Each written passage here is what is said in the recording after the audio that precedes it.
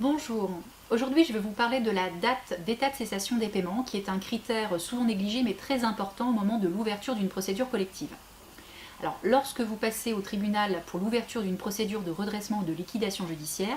le tribunal va fixer ce que l'on appelle la date d'état de cessation des paiements, c'est-à-dire la date à partir de laquelle l'entreprise n'était plus en mesure de faire face au paiement de ses différents créanciers. Et je vous le rappelle que théoriquement, en tant que dirigeant, vous avez 45 jours à compter de la date d'état de cessation des paiements pour régulariser un dépôt de bilan. Et si vous ne le faites pas, vous êtes en situation de faute, faute qui peut être sanctionnée ultérieurement dans le cadre d'une procédure de sanction. Donc c'est un critère très important, sachant que le tribunal de commerce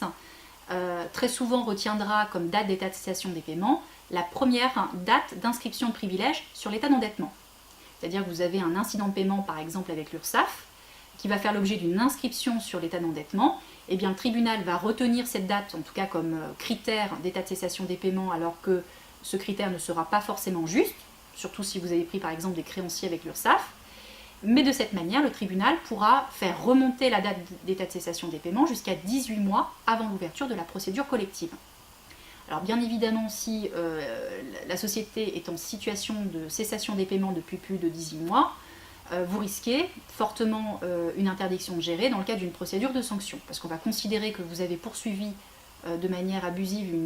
une activité déficitaire, que vous avez causé un préjudice avec vos créanciers qui ont contracté avec vous, alors que vous n'étiez pas en mesure d'honorer vos engagements. Donc c'est un critère très important.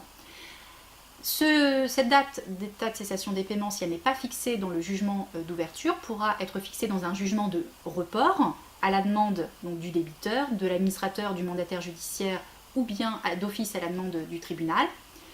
et ceci dans le délai d'1 an à compter de l'ouverture de la procédure initiale. Donc si vous n'êtes pas d'accord avec la première date qui aura été retenue par le tribunal, nous vous recommandons bien évidemment de contester cette date dans le délai d'1 an à compter de la procédure initiale, puisque ce critère en tout cas pourra vous servir ultérieurement dans le cadre d'une procédure de sanction. Donc les enjeux sont quand même très importants,